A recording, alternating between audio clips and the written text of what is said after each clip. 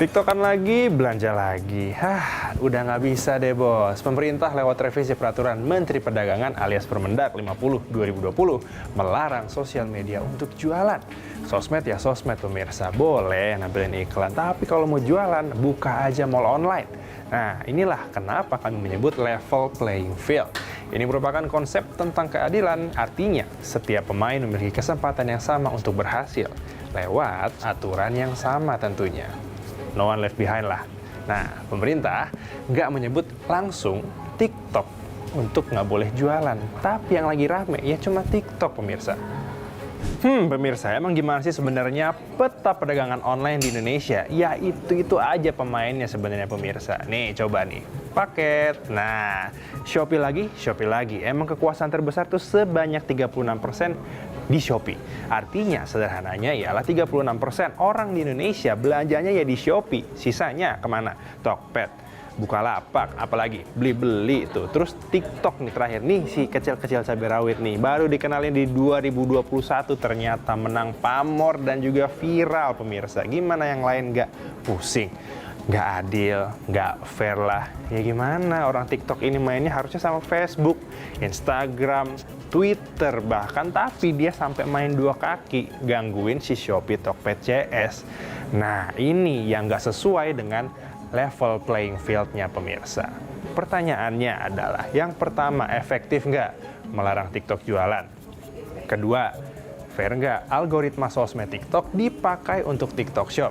Yang ketiga nih, bisa nggak TikTok didorong punya izin social commerce?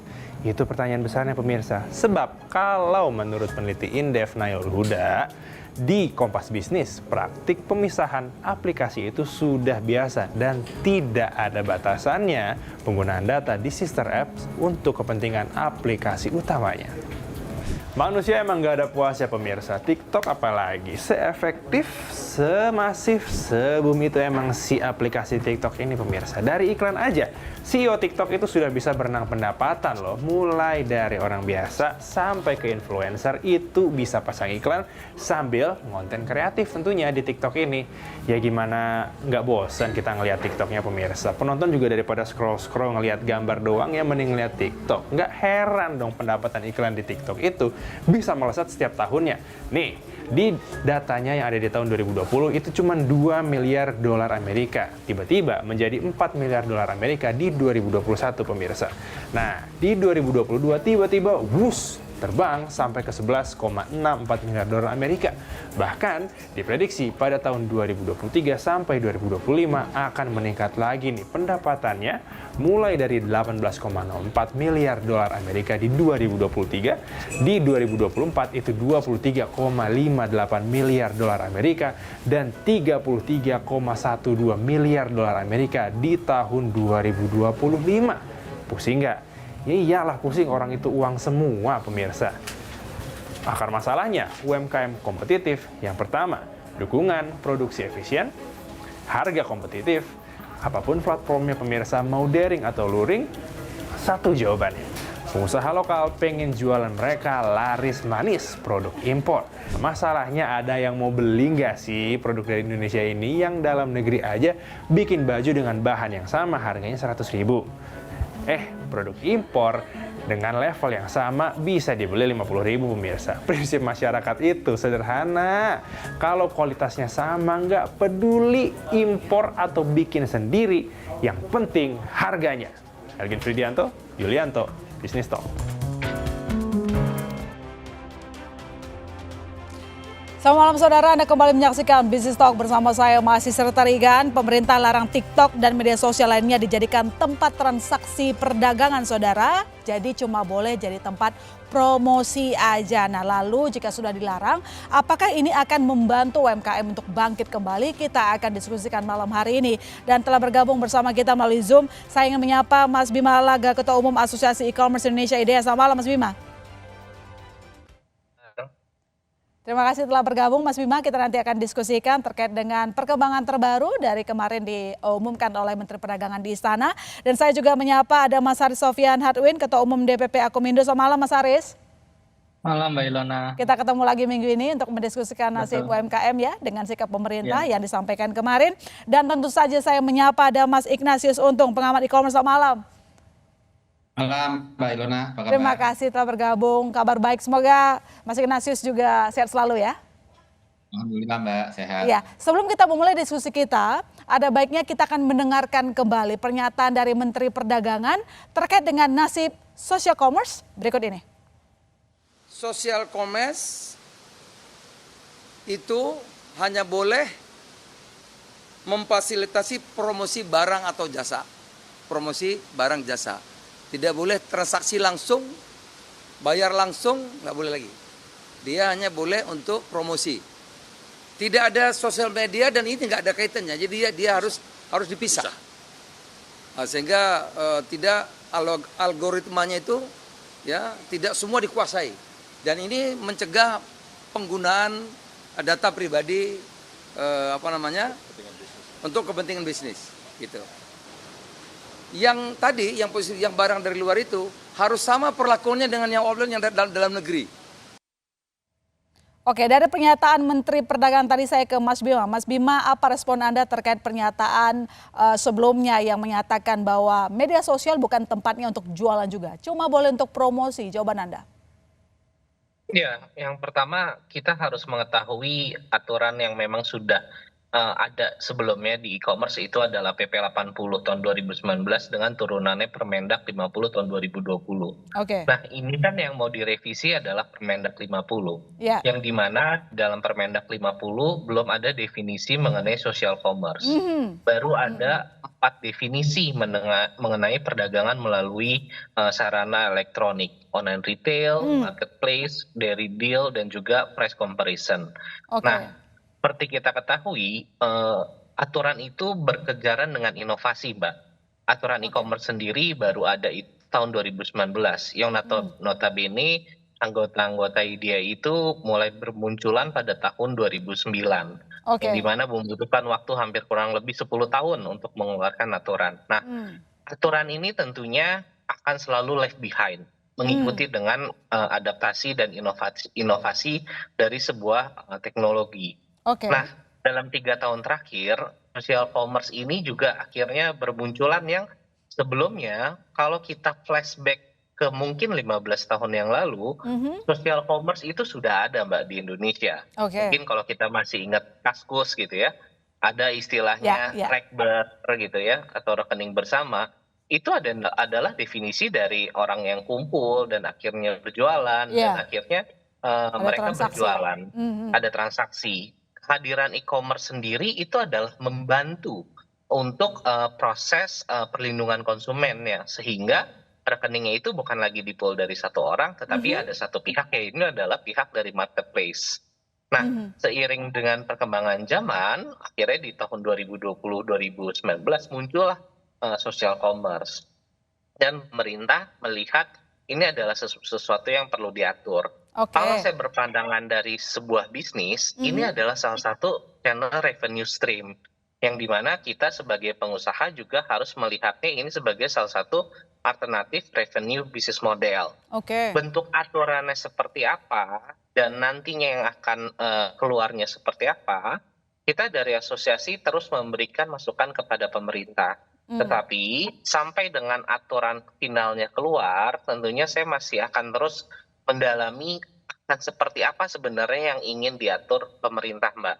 Itu mungkin statement awal dari saya. Ya, intinya adalah tunggu dulu sampai akhirnya nanti IDEA bisa melakukan klarifikasi, menjawab semua aturan yang telah dibuat begitu ya. Tapi saya mau minta jawaban yang ringkas dari Mas Bima. Dengan pemerintah mengatakan, selama ini kan kalau kita lihat TikTok begitu ya, transaksinya juga terus naik loh. Untuk kita tolak ukurnya dari pemasukan iklan lah katakan. Nah, Anda melihatnya gimana tanggapannya terkait dengan tadi pemerintah tegaskan TikTok itu media sosial, nggak boleh tempat jualan. Apakah memang IDEA melihat memang ya harusnya demikian atau sebenarnya bertolak belakang dengan pendapat pemerintah? Nah, kita melihatnya ini adalah pemerintah ingin mengatur sebuah definisi dari social commerce itu. Definisi dari social commerce. Pengertian definisi kan bisa jadi multitafsir, Mbak. Oke. Apa yang Mbak definisikan bisa jadi berbeda seperti yang saya definisikan dalam hal ini. Nah, bentuk aturan definisi itu akan bisa keluar setelah bunyi dari aturan tersebut seperti apa. Oke. Tadi berbicara pemisahan. Mungkin ya, bukan pemisahan yang terjadi, tetapi izinnya yang terjadi. Oke. Izin misalnya platform sosial media, atau izin yang memang diharuskan dia mempunyai izin untuk berjualan, dalam hal ini PSE perdagangan gitu. Oke. Nah, itu kan bisa menjadi salah satu alternatif. Tetapi Oke. ininya seperti apa, balik lagi, saya belum bisa memberikan gambaran secara langsung sampai dengan aturan ini keluar dalam hal ini. Oke, nanti saya ke Mas Bima lagi. Saya beralih ke Mas Ignatius. Mas, melihat apa yang kita ributkan beberapa waktu belakangan ini ya, di mana dikatakan bahwa kemunculan dari social commerce, meski tadi memang kita sepakat bahwa belum ada definisi yang jelas terkait dengan social commerce itu. Lalu dikatakan bahwa kemunculan seperti TikTok dan kawan-kawan itu mematikan bisnis dari UMKM. Kalau misalnya dari Mas Ignatius sendiri melihat, apakah sepakat atau justru sebenarnya Anda berada di pihak TikTok? Ini bukan masalah di pihak siapa ya, tapi sebenarnya lebih ke ya, kita di pihak UMKM. Saya yakin kita semua UMKM. Jadi kan tulang punggung bangsa kan UMKM ya. Cuma ya benar. harus clear sebenarnya adalah secara struktur TikTok Shop itu kan bisnis modelnya marketplace. Nggak ada beda dengan Tokopedia dan Shopee. Di samping dia memang menggabungkan dengan sosial media. Nah, bisnis model marketplace adalah dia tidak punya barang, gitu ya. Jadi kalau mau ya ditekankan dia, kamu kategorinya apa? Kalau kategorinya marketplace nggak boleh punya barang, oke. Saya pikir itu yang jelas ya. Nah, tapi konsekuensinya sebenarnya di sana. Ketika dia clear bahwa dia marketplace, dia tidak punya barang, maka semua bisnis marketplace cuma akan besar ketika ada pedagang yang memang stay di sana dan tetap bertransaksi. Gitu. Nah, untuk pedagang bisa tetap bertransaksi, artinya ada traction, gitu ya. Nah, pedagangnya itu siapa? Pedagangnya bisa pedagang besar, bisa perusahaan, bisa artis, gitu ya. Yang terjadi sekarang juga artis, tapi juga termasuk UMKM. Nah, maka itu sebenarnya saya tidak melihat TikTok itu dalam konteks ini ya, itu bisa dihadap-hadapkan dengan UMKM. Karena dia berada di level yang berbeda. Jadi kalau kita bisnis itu ketika bersaing ya, ada yang omsetnya turun, di luar masalah ekonomi daya beli turun, omset ini pindahnya ke siapa? Ke pesaingnya yang menang, gitu kan. Nah, TikTok itu tidak mencaplok, misalnya ya, kalau kita anggap aja bahwa pasar Tanah Abang itu salah satu samping dari TikTok gitu ya. Omset pasar Tanah Abang yang turun itu tidak pindah ke TikTok, tapi mungkin pindah ke pedagang yang jualan di TikTok. Jadi sebenarnya kita harus clear dulu bahwa posisinya pedagang lawan pedagang, ini persaingan antara pedagang yang sukses di TikTok dengan pedagang yang belum sukses di TikTok. Jadi bukan antara pedagang dengan TikTok gitu. Pedagang murni soal kompetisi begitulah ya. Siapa yang kuat ya dia yang bertahan begitu. Strategi marketingnya yang hebat ya dia yang akan bertahan begitu ya Mas Ignatius. Kurang lebih begitu. Oke, tapi kalau misalnya kita lihat sekarang bahwa banyak media sosial, nggak cuma TikTok, beberapa juga melakukan penjualan. Tetapi tampaknya operasional mereka agak berbeda. Saya minta jawaban singkat sebelum saya ke Mas Haris. Mas Ignatius melihat itu tidak? Contoh nih, kalau di TikTok itu ada live-nya kan, live streaming. Dan kita tahu bahwa banyak orang bahkan bisa ngantongin duit untung Mas 15 miliar satu hari, 20 miliar satu hari. Bahkan ada UMKM satu barang pun sulit untuk dijual begitu. Sementara kalau seperti Instagram, Facebook katakanlah kita masih diarahkan ke website mereka. Anda melihat ada perbedaan itu kan? Perbedaan itu ada, tapi itu tidak membuktikan apa-apa. Justru yang kemarin saya dorong kan ketika saya ditanya media, saya selalu bilang gini, kalau ada tuduhan, ada kecurigaan, pemerintah itu adalah pemerintah ini kan pihak yang membentuk KPPU. Dilaporkan ke KPPU yang proses gitu. Jadi kalau pemerintah udah bentuk birokrasinya dengan benar, terus habis itu langsung diloncatin, udah kita tentukan tanpa ada bukti yang buktinya ini kan buktinya nggak dijejerin ya. Mungkin saya yakin pemerintah nggak gegabah ya, pasti punya bukti gitu, tidak dijabarkan. Ketika dijabarkan, akhirnya jadi edukasi buat kita semua gitu. Jadi kita ngerti, begitu toh. Oke, baik. Saya nanti ke Mas Ignatius lagi. Sekarang saya ke Mas Aris. Mas Aris, sebagai pelaku UMKM, begini.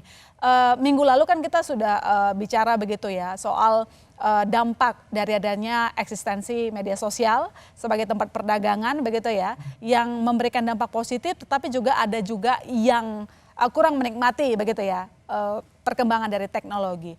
Tetapi dari catatan Mas Haris, apakah memang setiap tahun pendapatan UMKM itu benar-benar lebih banyak yang turun dengan adanya eksistensi katakanlah seperti TikTok Shop yang dimana mereka menjual barang-barang yang kalau kita cek banyak yang harganya jauh lebih murah dibandingkan harga UMKM, dan ini juga yang menjadi konsentrasi dari pemerintah yang disampaikan beberapa waktu belakangan. Silakan Mas Haris.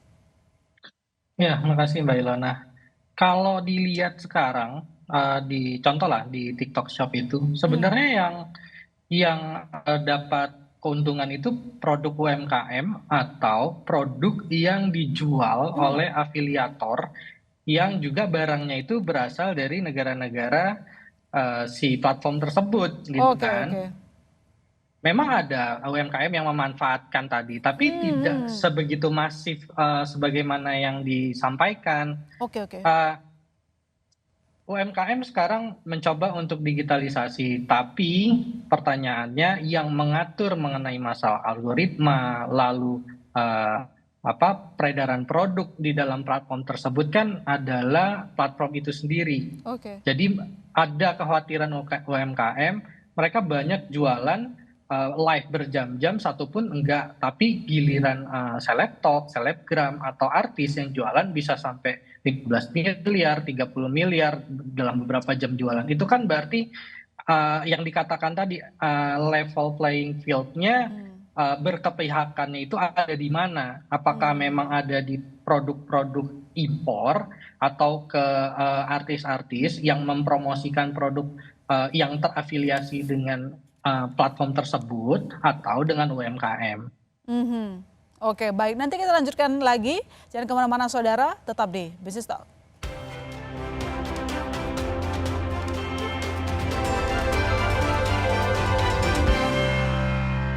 Anda kembali menyaksikan Business Talk dan di segmen ini telah bergabung bersama kita ada Pak Wintor Rahmada, Direktur Bisnis dan Marketing Smesco. Selamat malam Pak Wintor. Selamat malam Mbak Lona. Oke, tadi kami sudah berbincang di segmen awal, banyak sekali pertanyaan-pertanyaan yang sebenarnya juga belum dapat dijawab oleh para pelaku industri maupun dari UMKM-nya. Pertanyaannya sebenarnya untuk definisi dari social commerce sendiri kan kita belum tahu tuh Pak. Sudah ada bocoran-bocoran apa sih definisinya, lalu kemudian aturan terkait dengan revisi Permendak itu kapan keluar? Kalau yang revisi Permendak kapan keluar ya harusnya nanya ke teman-teman Permendak. Ya kan mungkin ada omong-omongan di belakang gitu. Saya sih pengennya nanya ke Kemendak, cuman berhalangan hadir malam ini gitu. Tapi kalau definisi social commerce sebetulnya simpelnya beginilah. Gimana? Social commerce itu tidak boleh ada transaksi di dalamnya. Sesimpel itu sebetulnya. Tapi selama ini kan itu yang terjadi. Di e-commerce iya, tapi di social media tidak. TikTok melakukan itu? Betul, oleh karena artinya itu mereka melanggar atau sebenarnya memang belum ada rambu-rambunya, jadi terjadilah transaksi di TikTok Shop. Gimana kira-kira? Sebetulnya kan kita melakukan revisi Permendak itu yang semoga juga akan segera diberlakukan. Itu kan dalam rangka kita merespon apa yang terjadi di pasar. Dalam rangka kita merespon apa perkembangan teknologi yang terjadi dan masuk di negara kita. Gitu. Jadi kalau memang yang kemarin belum ada aturannya, ya sekarang segera. Hampir beberapa minggu terakhir kami selalu melakukan harmonisasi dengan teman-teman di Kemendak. Dan ini sudah mencapai tahap akhir finalisasi. Kemarin alhamdulillah Pak Presiden juga sudah ada statement itu. Tapi gini Pak Wintor, yang jadi fokus dari UMKM juga begitu ya, bahkan dipertontonkan untuk pengguna TikTok. Kita tidak akan menutup diri di TikTok aja ya sebenarnya, di media sosial lain juga, cuman kita kasih contoh TikTok begitu. Banyak sekali transaksi di TikTok, di mana tadi juga disampaikan oleh Mas Haris, algoritma yang pilih kasih lah mungkin disebutnya begitu, bahwa ketika ada mereka yang bukan UMKM bisa kantongin cuma live sejam 2 jam 20 miliar, 15 miliar. Sementara UMKM ketika live mereka itu satu barang pun belum tentu terjual setelah live berjam-jam. Nah, ini apakah sudah diperhatikan selama ini? Lalu kemudian sudah ada ngobrol dengan pihak TikTok begitu? Silakan. Justru itu yang menjadi perhatian pertama kami sebetulnya. Agar platform manapun juga itu harus punya kompetisi yang fair. Ini hal yang sangat basic bahwa fairness itu sangat diperlukan ketika ada suatu platform mereka bisa menjembatani penjualan UKM kita, gitu. Dan bagaimana UKM kita bisa menjual barangnya secara fair apabila ada indikasi misalnya, atau apabila diberikan kesempatan atau ada opportunity, ada celah, sebuah platform dia akan memonopoli trafficnya misalnya, yang kemudian datanya juga diagregat, atau misalnya ada celah juga untuk bermain-main dengan algoritma agar bisa membantu satu produk tertentu atau produk yang terafiliasi dengan platform tersebut. Ini kita belum berbicara bagaimana nanti kalau platform itu juga punya produk sendiri. Oh iya, oke. Tapi gini, apakah dengan kita, ini kan bentuknya bukan antisipatif sih. Kita tuh reaktif ya dengan apa yang sudah terjadi, kemudian pemerintah mencoba untuk mengatasinya begitu dan kembali meningkatkan omset dari UMKM. Tetapi dengan kita melarang media sosial jadi tempat transaksi, apakah memang sudah pasti ini menjadi solusi bagi perbaikan kondisi dari UMKM itu? Misalnya omset mereka kembali naik, atau mungkin yang sekarang lagi ramai diperbincangkan, katakanlah di Tanah Abang lagi sepi. Apakah benar cuma karena masifnya perkembangan transaksi di media sosial seperti social commerce, TikTok, itu yang membuat mereka tutup? Atau sebenarnya ada masalah lain yang harusnya kita sentuh gitu? Silakan.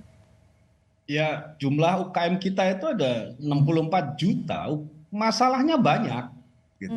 Kami juga tidak menutup mata, masalahnya banyak. Tetapi garis bawahnya adalah kita harus proteksi terlebih dahulu. Bagaimana kita bisa menyelesaikan masalah apabila kita diganggu terus ini sama produk impor yang harganya nggak masuk akal. Harganya nggak masuk akal. Jadi proteksinya adalah yang pertama, perlindungan yang pertama. Itu yang harus kita lakukan, baru setelahnya kita bicara bagaimana teman-teman UKM ini bisa berjalan sejajar, beriringan, bergandengan tangan dengan teknologi. Oke, Mas Bima, saya menyambung diskusi sebelumnya bahwa soal harga lah katakan, dan inilah yang juga disampaikan juga dalam poin penting revisi Permendak 50 2020 terkait dengan antisipasi permainan harga di sana begitu ya, predatory pricing. Apa sih, dari mana barang-barang itu? Apakah selama ini yang punya platform tidak mengawasi? Maksudnya gini, contoh ya, ada satu barang sama, ketika UMKM yang jual itu produknya harganya katakanlah 5.000, ketika impor itu jauh di bawahnya. Terkait dengan keberadaan harga-harga ini, apakah tidak diawasi begitu? Begini, mekanisme harga itu sebelum di dalam aturan sebelumnya adalah mekanisme keputusan bisnis. Dan pemerintah belum mengatur secara spesifik bagaimana mekanisme harga. Tetapi menurut saya, yang bisa dilihat oleh pemerintah, mungkin saya juga pernah memberikan masukan, adalah bagaimana mekanisme diskon atau subsidi yang memang bisa dilihat secara pengawasan. Jadi misalnya gini Mbak, kita ada satu barang di platform A, dia mensubsidi 5.000 dengan barang yang sama, contohnya barangnya 100.000 lah gitu. Tiba-tiba ada platform B mensubsidi barang 25.000 dengan barang yang sama. Ini kita nggak berbicara barangnya lokal atau import ya. Tetapi kan nantinya orang akan cenderung membeli harga dengan yang paling murah kan. Nah, mekanisme subsidi ini adalah mekanisme bagaimana sebenarnya peran pemerintah juga bisa melihat apakah ini masuk dengan kategori harga yang tidak sesuai, padahal harganya sama kan di pasaran, atau mereka memang mekanisme untuk menguasai pasar tertentu. Nah, ini sebenarnya yang belum ada di peraturan. Ini berarti kalau saya ambil contoh lagi soal TikTok gitu ya, Mas Bima. Banyak sekali pedagang kalau kita tonton live-nya, kita dapat harganya lagi murah karena dapat subsidi dari TikTok gitu ya. Nah itu sebenarnya sistemnya seperti apa sih, dan yang dikasih subsidi itu siapa, produk yang seperti apa? Apakah memang tidak bisa diutamakan ke UMKM aja misalnya? Sebenarnya bisa. Bisa. Kita bisa bekerja sama dalam hal ini dengan TikTok, bagaimana peran pemerintah bisa hadir di situ supaya TikTok juga ada budget yang memang diuntungkan dalam hal ini adalah UMKM gitu. Itu bisa dilakukan. Tetapi asal diatur gitu. Betul, dan tentunya bagaimana kita bekerja sama dengan pemerintah, stakeholder, kalau memang kita tujuannya untuk penguatan UKM ke depan. Karena kan kita berbicara nanti setelah aturan ini keluar, Mbak. Aturan ini kan dalam 1 hari, ya Pak Wito juga tahu, mudah-mudahan mau disahkan gitu ya. Nah, bagaimana nanti setelah disahkan, implementasi dan juga dampak bagi UMKM kita dengan aturan ini, itu seperti apa? Saya rasa itu menjadi concern ke kita, bagaimana tujuan kita untuk memastikan memang aturan ini berguna dan bermanfaat bagi UMKM kita gitu. Oke, baik. Sekali lagi kita masih akan menunggu komplitnya seperti apa ya. Diterbitkan, disahkan, kita baca bareng-bareng, lalu kemudian kita lihat implementasinya nanti seperti apa. Kalau begitu saya ke Mas Ignatius. Mas, yang kita tahu bahwa pasarnya Indonesia itu kan sangat besar begitu ya. Sekian banyak perusahaan teknologi, startup masuk ke Indonesia ingin menikmati untung tersebut. Katakanlah misalnya dari transaksi e-commerce di Indonesia setiap tahun naik. Di 2025 diproyeksi menjadi 95 miliar dolar Amerika Serikat. Pun kalau kita lihat UMKM yang masuk ke ekosistem digital, 2023 targetnya 24 juta UMKM, 2022 baru 20,76. Potensinya sangat besar begitu ya. Pun UMKM-nya sebenarnya punya niat untuk bergabung karena berbagai survei juga yang kami baca datanya, banyak sekali UMKM yang merasakan keuntungan ketika mereka masuk ke ekosistem digital. Tetapi melihat fakta yang terjadi sekarang ini, di mana level playing field-nya yang tidak setara, apa yang perlu kita atur dari awal sehingga nanti kita matang begitu berdampingan di hidup di era digital. Silakan Mas Ignatius. Oke, Mbak, saya mau koreksi sedikit ya. Jadi ini jangan diarahkan seolah-olah kita sudah sepakat ini tidak level playing field. Oh gitu. Menurut Anda gimana? Silakan. Karena gini. Sekarang kalau tadi ngomongin soal kalau artis jualan miliaran gitu ya. Terus habis itu sebenarnya juga banyak yang ya kayak contoh misalnya ya di TikTok itu ada satu penjual namanya Kotun ya. Walaupun barang yang dijual barang impor tapi impor umum ya. Terus habis itu dia bisa jualan 21 miliar dalam sehari. Itu kan juga salah satu perwakilan UMKM dalam bentuk reseller gitu ya. Memang bukan UMKM dalam arti produknya produk lokal. Nah, tapi intinya begitu. Buat saya sebelum kita jauh, saya yakin kalau diskusi kita masih normatif, kita akan sepakat. Saya sepakat juga sama Pak Wintor, sama Mas Bima dalam hal normatif bahwa UMKM harus diprotek, bahwa perlakuan adil iya. Nah, permasalahannya adalah tuduhan datang dan langsung diputuskan tanpa melalui pengadilan. Ketika loncat ke sana, akhirnya jadi ada yang merasa dicederai, loh siapa bilang saya curang gitu kan. Dan buat saya itu akhirnya tidak jadi edukasi buat publik gitu loh. Maksudnya kalau memang buktinya kuat, kita bawa aja ke KPPU gitu ya. Dan kalau itu terbukti, ya TikToknya rontok ya silakan rontok gitu loh. Jadi maksudnya kalau memang terbukti dia curang, melakukan kecurangan algoritma, melakukan keberpihakan kepada barang-barang impor dan lain sebagainya, biar publik tahu, sehingga terus abis itu kita bisa sebagai bangsa ini sama-sama. Jadi jangan sampai kita ribut antara sama-sama orang Indonesia gitu loh. Di TikTok hari ini sudah mulai ribut tuh, sellernya juga banyak yang melawan balik. Aduh Pak, saya nih penghidupan dari sini, suami saya udah meninggal dan lain sebagainya. Itu kan juga ada, dan itu kita nggak boleh tutup mata. Tapi kita nggak boleh buru-buru bilang bahwa kelompok itu besar. Nah, ini juga sama. Kelompok yang merasa bahwa TikTok itu curang, juga nggak bisa buru-buru dia berkesimpulan bahwa kelompok itu besar sampai kita punya datanya yang reliable. Harus diuji begitu ya, segala tuduhan tersebut. Saya ke Pak Wintor, mungkin bisa ditanggapi sedikit pernyataan dari Pak Ignatius bahwa ya jangan buru-buru menuduh lah kalimatnya begitu. Kalau memang ada dianggap tidak adil, buktikan dengan data. Silakan. Pak Wintor. Sekali lagi permasalahan equal playing field ini menjadi permasalahan yang utama. Tetapi sebetulnya permasalahan yang lainnya tadi sudah disebut oleh Pak Ignatius. 21 miliar itu produk impor. Udah titik. Ya kan? Kenapa nggak kita jualan produk UKM? Kan permasalahannya begitu. Mungkin karena produk impor bisa memberikan harga yang lebih rendah. Gitu. Jadi equal playing field ini bukan semata-mata hanya itu, tapi ada predatory pricing di situ. Kemudian ada traffic yang sangat besar yang berasal dari social media, kemudian diimpor masuk ke dalam menjadi data, dan sangat memungkinkan sekali lagi algoritma itu diotak-atik oleh pemilik platform seperti yang disebut Mas Haris. Oke, baik. Saya ke Mas Haris kalau begitu. Mas Haris, gini, ketika UMKM saat ini katakanlah memang kurang bergairah begitu ya bisnisnya, tetapi apakah memang benar kalau misalnya kita mengatur di operasional social commerce ini menjadi solusi yang sangat besar, yang sangat berdampak terhadap omset UMKM, atau jangan-jangan ada masalah yang jauh lebih besar misalnya begitu ya, atau mungkin memang pengaturan terkait operasional social commerce ini menjadi solusi yang paling utama yang harus segera diatur untuk mengembalikan kejayaan UMKM. Silakan Mas Haris.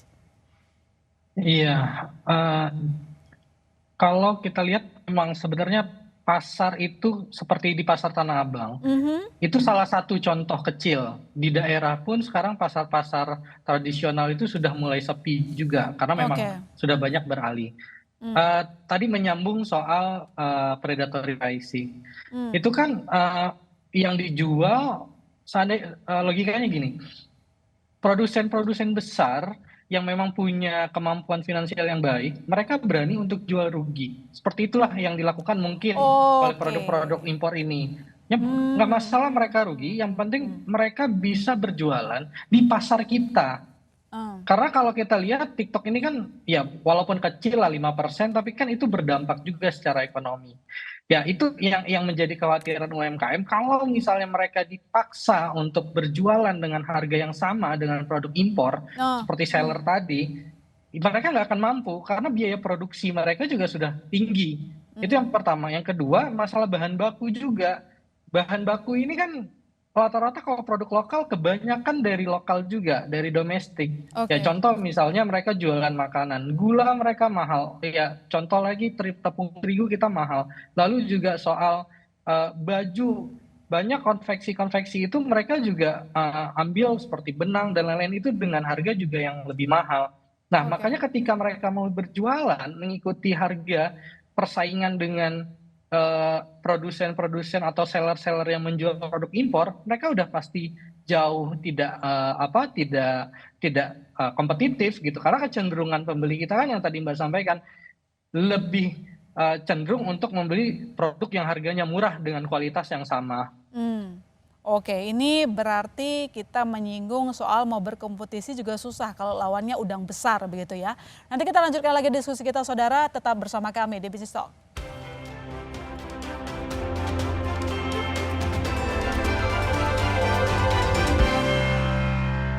Kita lanjutkan lagi diskusi kita. Di segmen ini telah bergabung bersama kita Titis Nurdiana, wartawan senior kontan. Selamat malam Mbak Titis. Selamat malam Ilona. Diskusi malam ini lebih mendalam lagi.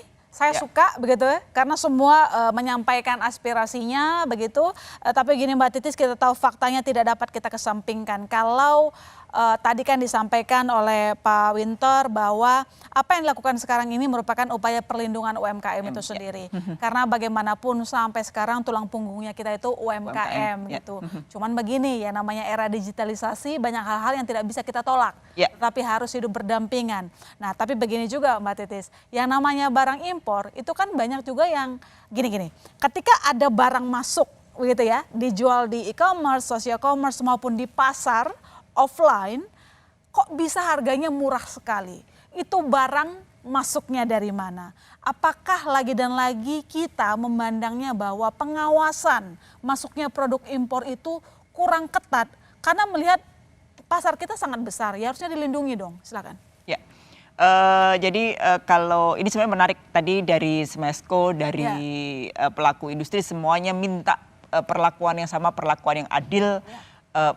Nah kalau kita melihat bahwa terkait dari pengamatan media terkait dari kemunculan social commerce, kemunculan e-commerce, sebetulnya bahwa yang main itu adalah semua UMKM. Semuanya. Mau afiliator, mau barang apa, mau UMKM yang memanfaatkan social commerce di jualan juga sama. Nah, afiliatornya itu apakah benar afiliator dari produsen ataukah memang dia menjadi importir. Nah, disinilah yang sebetulnya juga harus kita lihat gitu. Kita lihat secara lebih jernih apakah mereka itu kalau ini nanti social commerce-nya itu di stop, nggak boleh jualan, dibedakan platformnya di ini, maka sesungguhnya ini adalah soal masalah izin sebetulnya, masalah izin, bahwa izinnya itu harus jelas. Kalau dia memang mau e-commerce, kalau dia mau social commerce. Nah, kalau ditutup untuk jualan, nah kemudian kalau nanti itu kemudian berubah menjadi transaksi istilahnya ya transaksi individual, personal, ini akan jauh lebih berbahaya jika kemudian tidak bisa diawasi atau tidak tercatat oleh pemerintah. Nah, ini juga harus dipikirkan dan semoga harapannya kita bahwa besok itu salah satunya juga masuk di situ.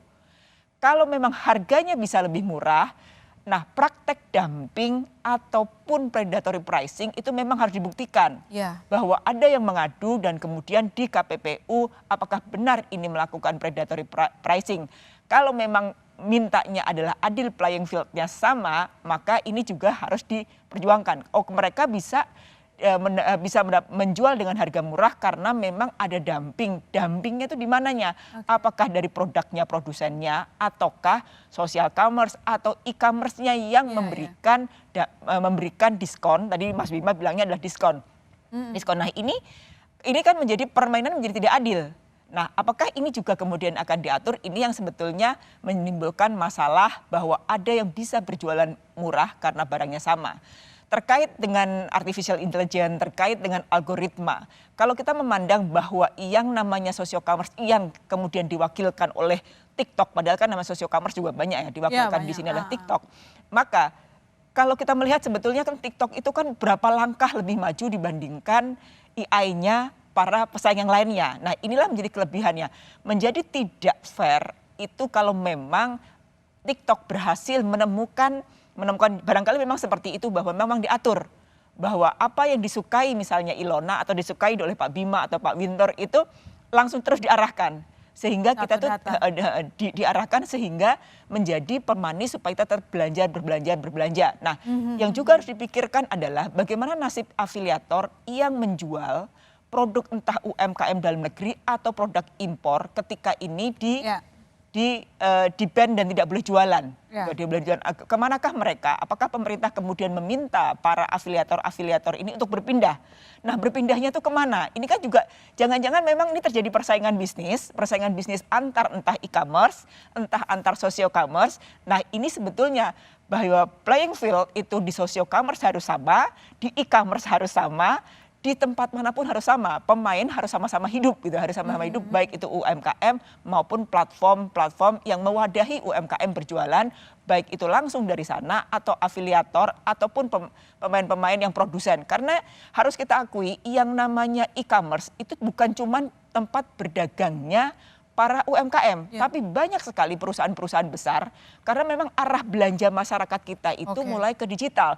Entah itu social commerce, entah itu e-commerce, entah itu kemudian Instagram dan ada linknya. Jangan-jangan nanti ke depannya juga kayak begitu, bahwa social commerce memberikan link-link yang kemudian ada transaksi di luar social commerce. Itu yang harus dipikirkan pemerintah dan semoga harapannya besok itu yang ketika aturan keluar itu juga tercatat dan aturannya jelas gitu. Oke, baik. Saya ke Pak Winter. Pak, begini, tadi disinggung oleh Mbak Titis di luar dari memang ada persaingan dan kawan-kawan, khawatirnya ketika dipindah ruang jangan sampai ada kata japrian gitu ya. Ketika ada japrian misalnya pedagang dengan konsumen langsung, interaksinya akhirnya tidak tercatat begitu. At least kan kalau misalnya mereka melakukan transaksi dalam TikTok, Instagram dan kawan-kawan kan kita bisa melihat dari data laporan keuangannya mereka. Mereka biasanya mengeluarkan itu. Bagaimana, apakah kita sudah mengantisipasi itu sehingga tadi UMKM kita bisa tetap berjaya dan ini masuk concern di pengumuman besok ya? Besok bukan sih? Pak Winter silakan. Oke, tadi ada beberapa hal sebetulnya disebut sama Mbak Titis. Ya, Pak Winter. Sama mengenai perizinan tadi yang menjadi concern. Ya. 2 hari yang lalu sebetulnya ada beberapa update mengenai perizinan bahwa ternyata TikTok Shop itu tidak boleh seharusnya melakukan transaksi dagang. Perizinan yang didapat oleh TikTok Shop itu hanya kantor perwakilan perdagangan asing. Jadi tidak boleh ada transaksi perdagangan yang terjadi di situ. Ini yang basic saja sudah melanggar. Gitu. Belum lagi kita bicara mengenai afiliator. Bagaimana afiliator ini kan UKM juga. Kami ini tidak melarang orang menjadi afiliator. Sedikit berbeda karena tadinya transaksinya di TikTok Shop sekarang balik lagi seperti sebelum tahun 2021. Konten kreator masih tetap akan bisa berkreasi, nggak ada masalah dengan itu. Hanya harus difasilitasi, misalnya harus ada link out keluar. Sekarang kan link out juga nggak bisa, semua di-ban semuanya harus masuk di TikTok semua. Nggak boleh keluar penggunanya.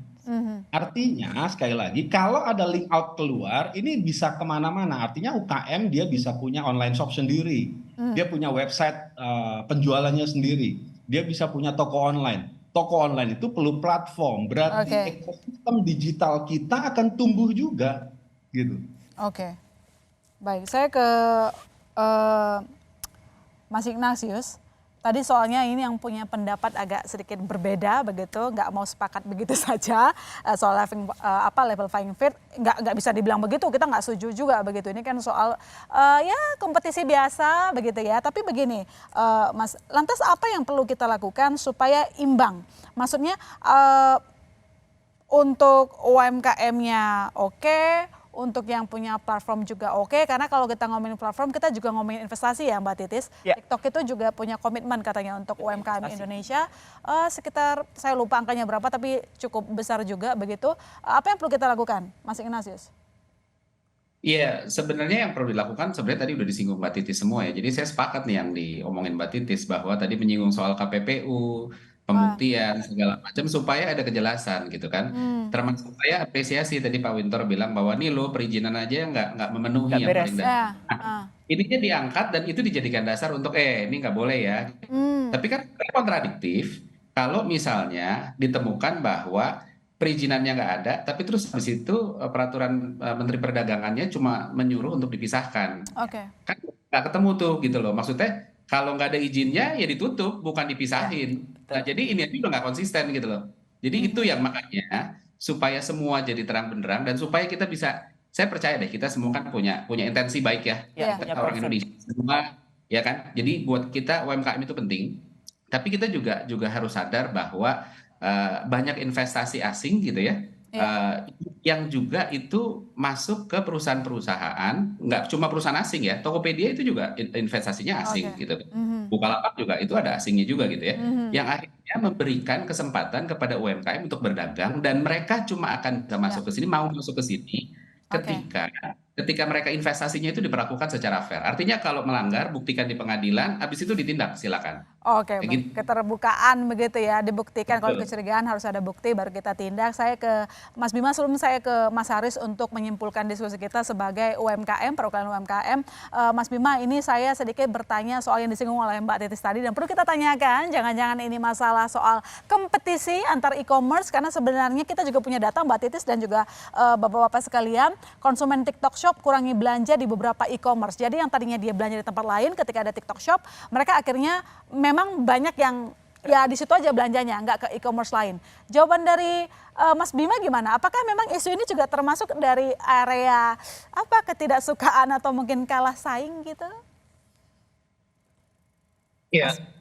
Kalau saya melihatnya adalah bagaimana sebenarnya aturan ini setelah keluar itu bukan hanya mengatur salah satu bisnis model tertentu, Mbak. Aturan ini akan mengatur secara industri, bukan hanya social commerce, tapi akan mengatur e-commerce itu sendiri, platform daily deals, price comparison gitu ya, classified ads. Nah, bagaimana nanti bentuk aturan ini benar-benar bisa menimbulkan persaingan yang sehat gitu. Bukan hanya persaingan di antara e-commerce dengan social commerce, tapi juga secara menyeluruh, sehingga ekosistem perdagangan yang kita harapkan itu terus bertumbuh, bisa kita harapkan bertumbuh secara maksimal. Jadi saya yakin aturan ini nggak akan khusus mengatur salah satu bisnis model tertentu, Karena begitu aturan ini keluar, itu akan kena impact ke semua industri digital. Makanya kami dari Asosiasi E-commerce Indonesia itu sangat concern sekali dengan revisi Permendag ini gitu. Dan kita sudah hampir 1,5 tahun ini terus memberikan masukan kepada pemerintah yang mungkin insya Allah finalnya akan keluar. Saya rasa dengan nantinya aturan ini keluar, kita juga pasti akan step up untuk memberikan masukan kepada pemerintah yang kontributif ya. Itu sih Mbak mungkin. Baik, saya ke Mas Haris sebagai kesimpulan Mas, yang kita tahu bahwa tidak dapat ditampik, UMKM juga bergantung terhadap media sosial begitu untuk berjualan, baik untuk pemasaran, untuk jualan, live selling dan kawan-kawan. Lalu apa yang dibutuhkan oleh pelaku UMKM? Apakah memang cukup dalam pengaturan ini saja atau mungkin meminta bantuan pemerintah dalam hal meningkatkan produktivitas dari UMKM itu sendiri begitu? Apa yang kira-kira dibutuhkan Mas sebagai penutup? Ya, Mbak Ilwana. Sebenarnya kalau dari segi platformnya sendiri memang UMKM terbantukan. Makanya diharapkan dari revisi Permendag ini bisa diimplementasikan dengan baik. Kenapa? Karena supaya tadi ekosistem untuk UMKM ini sendiri itu bisa diberikan secara fair gitu. Jadi tidak ada anggapan bahwa ini diskriminasi. Lalu juga anggapan predatory pricing tadi. Setuju berkaitan dengan aturan. Makanya mungkin dengan revisi Permendag 50 tahun 2020 ini menjadi satu aturan sebagai pengawasan dari pemerintah supaya kekhawatiran adanya predatory pricing, unfair competition itu semua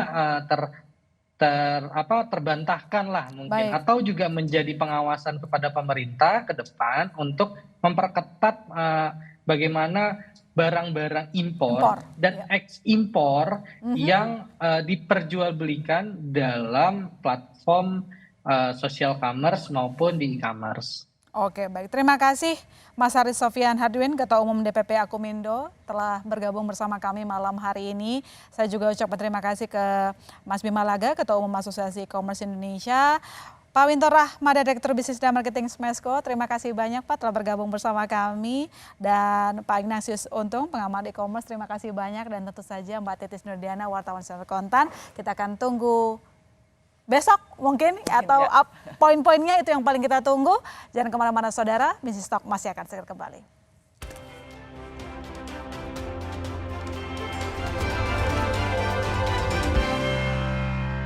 Ya, melarang sosial media jadi lapak jualan disebut jadi cara pemerintah melindungi UMKM. Oleh karena itu kita akan tunggu aturan lengkapnya apakah memang efektif untuk melindungi bisnis UMKM. Dengan demikian saya masih Sertarigan undur diri. Terima kasih telah menyaksikan Business Talk. Sampai jumpa Selasa depan.